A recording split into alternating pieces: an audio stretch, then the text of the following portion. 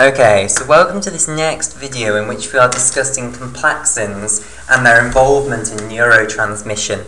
Okay, right.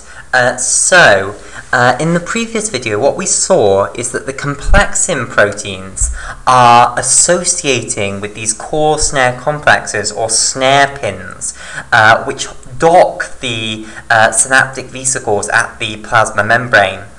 Okay, and their function appears to be as this kind of clamp protein which stops the core snare complexes from actually causing the fusion of the synaptic vesicle membrane with the plasma membrane.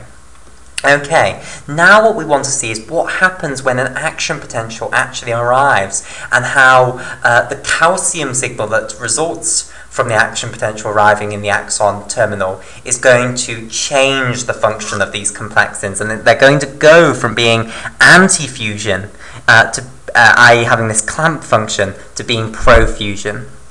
Okay, so the action potential arrives in this axon terminal then. We know that causes depolarization of the membrane of the axon terminal. What we now want to see is how that's converted into a calcium signal, because basically these proteins are not capable of measuring the electrical potential difference across the membrane. They're not voltage sensitive. In order for them to be influenced by the change in electrical potential, what you have to do is transduce the electrical signal into a calcium signal. This is done via voltage-gated calcium channels. So let's draw a voltage-gated calcium channel here. Now, voltage-gated calcium channels are often abbreviated to VGCCs for short. Voltage-gated calcium channel. Okay, now the type of voltage-gated calcium channels, or VGCCs, that are found in axon terminals are either N-type or PQ-type voltage-gated calcium channels. Right, so I want to try and explain to you what is meant by an N-type or a PQ-type voltage-gated calcium channel. So basically, voltage-gated calcium channels are a massive great protein. They're made up of multiple proteins stuck together, okay? Now, the most important protein that makes up the voltage-gated calcium channel is the protein that actually makes the hole through which the calcium ions move. Now, this is known as the alpha-1 subunit of the voltage-gated calcium channel, and I will colour it in here, vivid purple. So this is the alpha-1 subunit of the voltage-gated calcium channel, which is why it's got this pore going through it, through which calcium ions can move. Okay, and basically, in the human genome, there are 10 different genes for alpha-1 subunits of voltage-gated calcium channels. Now, all of these 10 genes have slightly different combinations of organic bases, and therefore they code for slightly different proteins, but they are similar enough to all be considered alpha-1 subunits of voltage-gated calcium channels. Okay? Now, if you are an N-type voltage-gated calcium channel, where am I going to write this? If you are an N-type voltage-gated calcium channel, it means that the alpha-1 subunit that you have is coded for by one of these specific genes, namely a gene known as the CAV, for voltage-gated calcium channel, 2.2. Okay? And if you are a PQ-type voltage-gated calcium channel, then it means that the gene that you have used to code for your alpha-1 subunit is specifically a CAV 2.1 gene.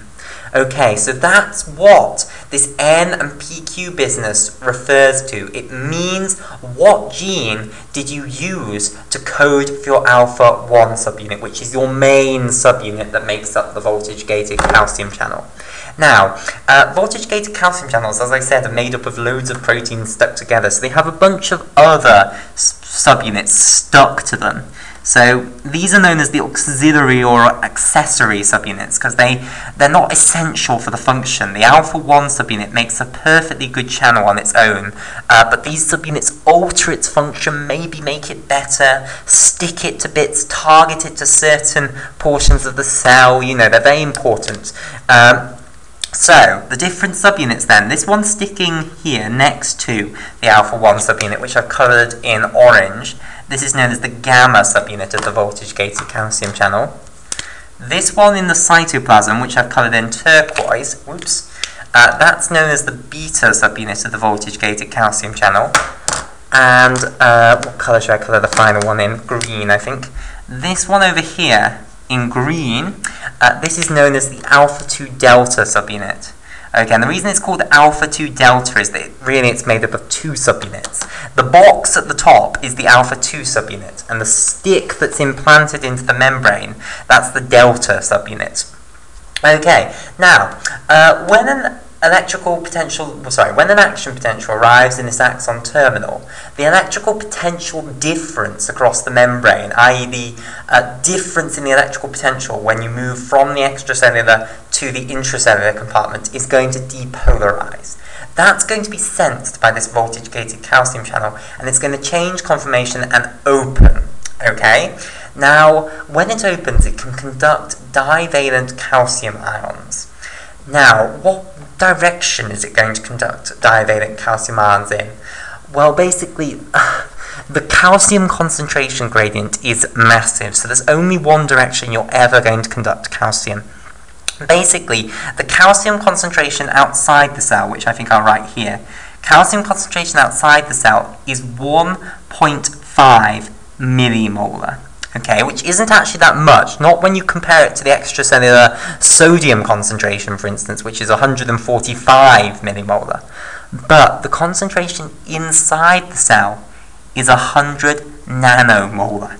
So that means that the concentration outside is 15,000 times bigger than the concentration inside the cell. So when you open a calcium channel, there is only one direction in which calcium is going to flow.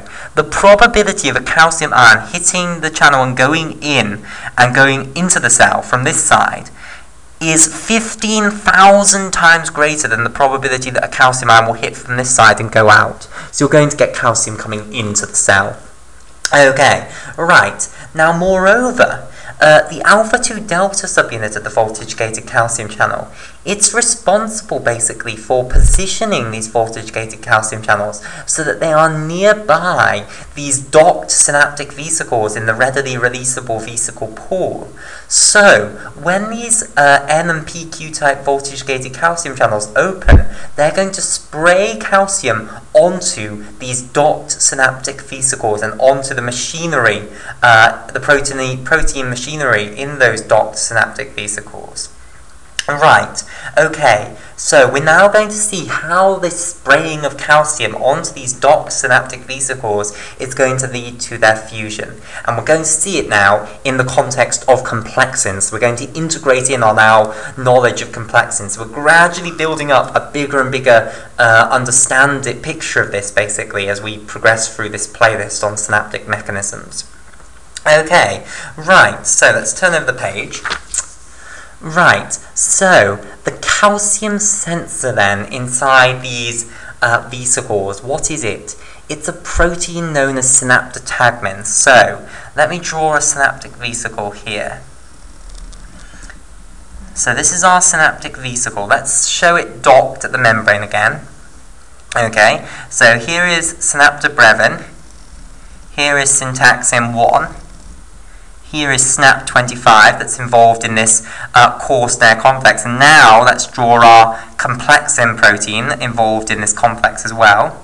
Here's synaptobrevin 2 again, syntaxin 1 and SNAP25. And let's colour them in again. Right, so synaptobrevin 2 is in orange here. Oh, and I've forgotten the complexin on this side, so let me just add that in. So here's our complexin protein involved in this snare pin as well. Then we have our SNAP25 in turquoise.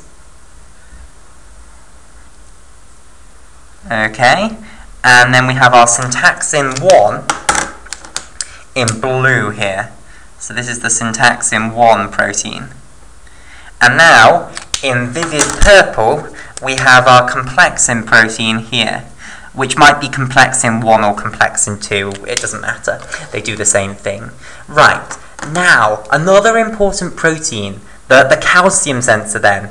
This is not a snare protein. It's commonly misjudged as a snare protein. People often refer to it as a snare protein, but it's not a snare protein. The synaptobrevin 2, SNAP25, and syntaxin 1 are the snare proteins. Now, in the membrane of the vesicle, there is this other protein which is bound in the membrane. It has a membrane-spanning alpha helix which maintains it in the membrane.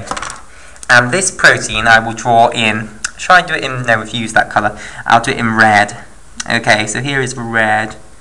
So this protein is a protein known as synaptotagmin, and usually in neuronal axon terminals, the isoform of synaptotagmin that you will find is synaptotagmin 1 or synaptotagmin 2, usually synaptotagmin 1.